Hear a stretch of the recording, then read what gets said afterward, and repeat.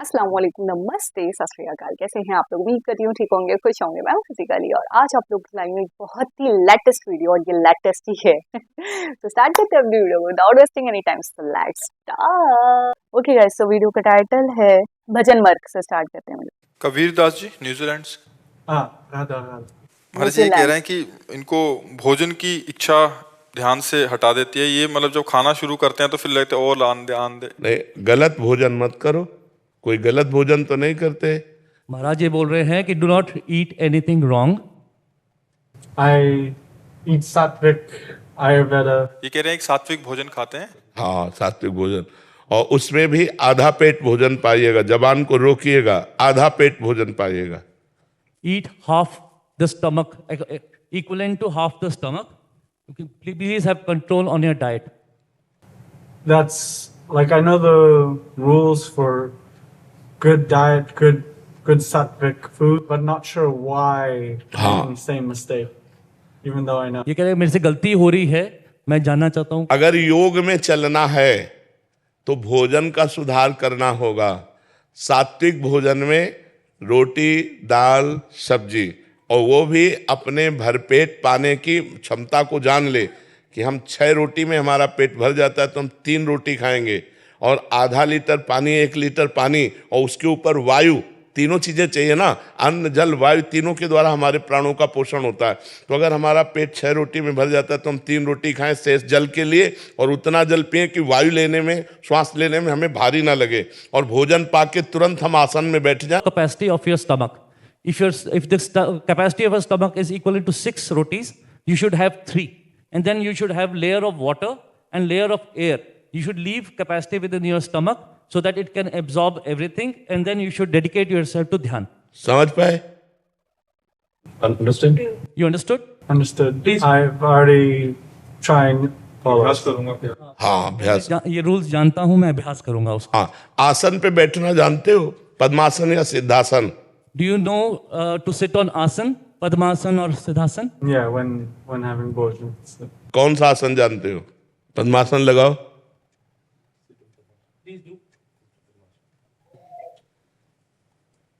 देखो, भारतीय आसन विदेशी लगा रहे हैं और भारतीय बैठ रहे हैं कुर्सी पे।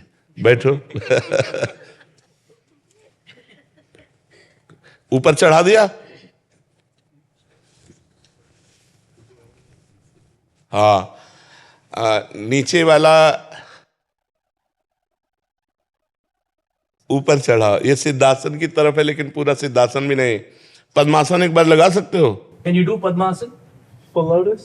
Pardon me? Is that full lotus? कमलासन। Lotus, that's right. उसे बहुत अच्छा साधक है। करेक्ट, बढ़िया है। आप बहुत अच्छे हो। You're very nice. बस आहार सुधार लो, ब्रह्मचर्य।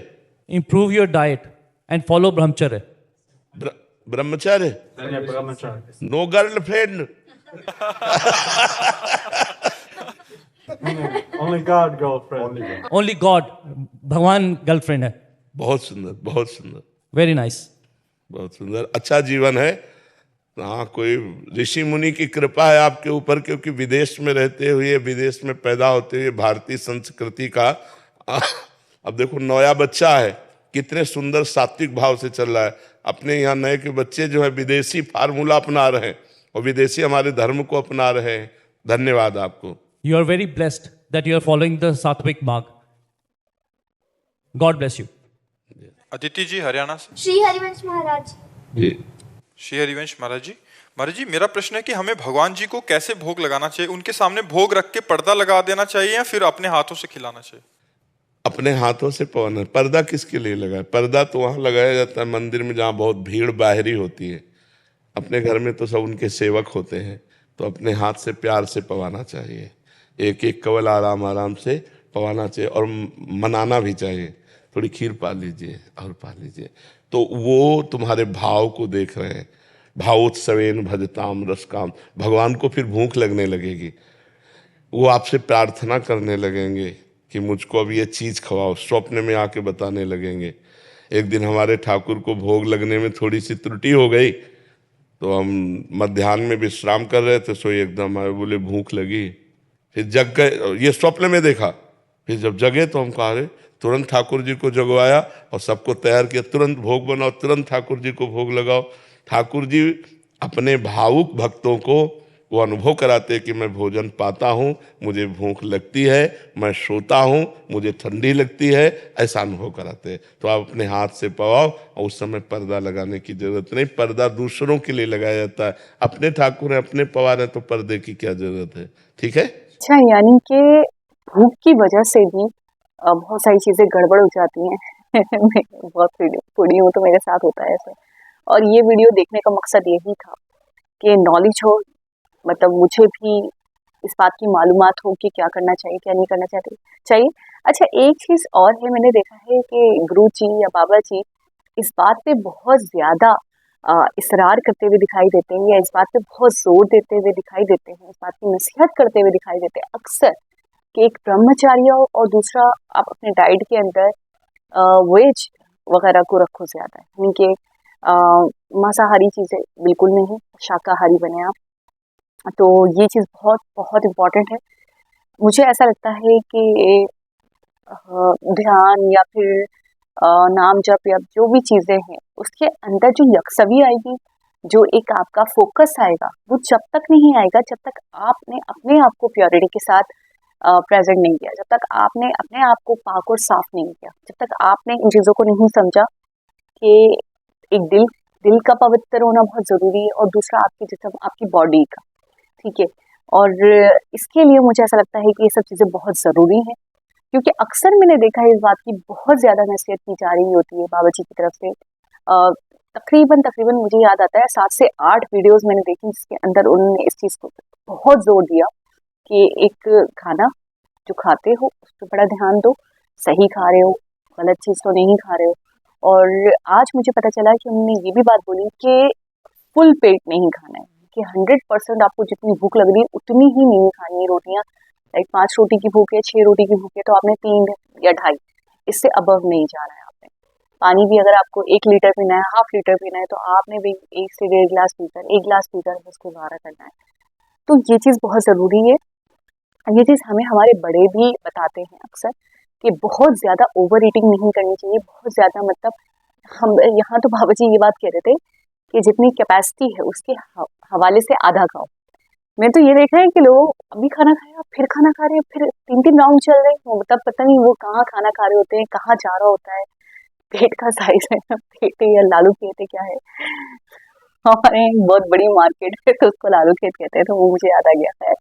तो लोग एक दूसरे को हैरत हो रही होती लोगों को कि भाई ये क्या है, कैसा पेट है आपका। तो ज़्यादा खाना भी समझे आपको, हमारे यहाँ जो कहा जाता है, मौत की तरफ लेकर जाता है इंसान को।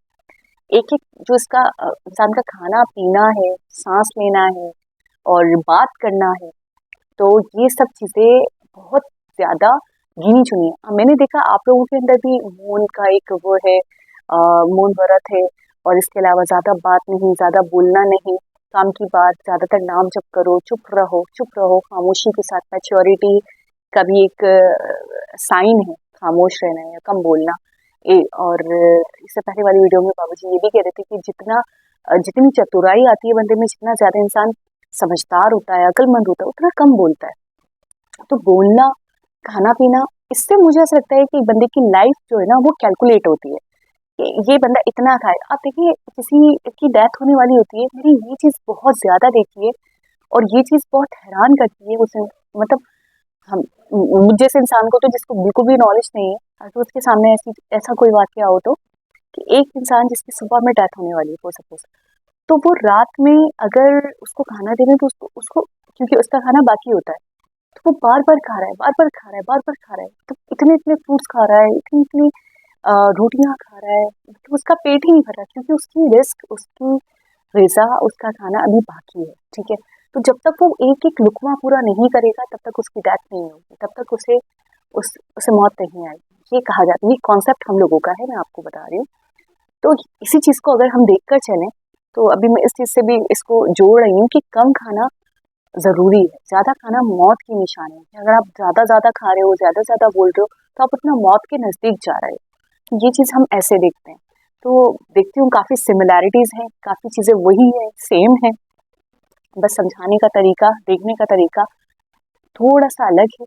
लेकिन अगर उसका अगर मकसद निकाला जाए या उसकी गहराई को समझा जाए, तो बात एक ही है, एक ही मैसेज दिया जा रहा होता है। तो बहुत इंटरेस्टिंग वीडियो थी, बहुत ही हेल्पफुल और इन्फॉर्मेटिव वीडियो थी।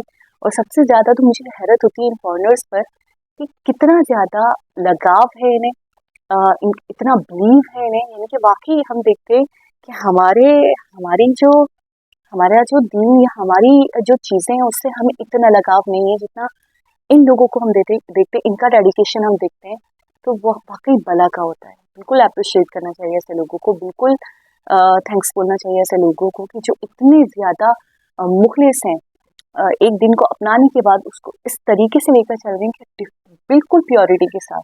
मतलब एक वाक़ई एक अंग्रेज़ ब्रह्मचारिया, हैरानगी हो रही थी, हैरानगी वाक़ई। बाबा जी भी शॉक्ड हो गए, मैं भी। तो बस यही है कि हमें भी चीज़ों को ऐसे ही लेकर चलना चाहिए, इतने ही बेहतरीन तरीके से। हमें भी अपनी चीज़ों को अपनाना चाहिए, अपने मज़हब से, अपने रिलीजन से दूर नहीं होना चाहिए। वेस्टर्न कल्चर को अपनाते हुए हम अपने बेसिक या रियल कल्चर से जो दूर हो रहे हैं, ये चीज़ गलत है।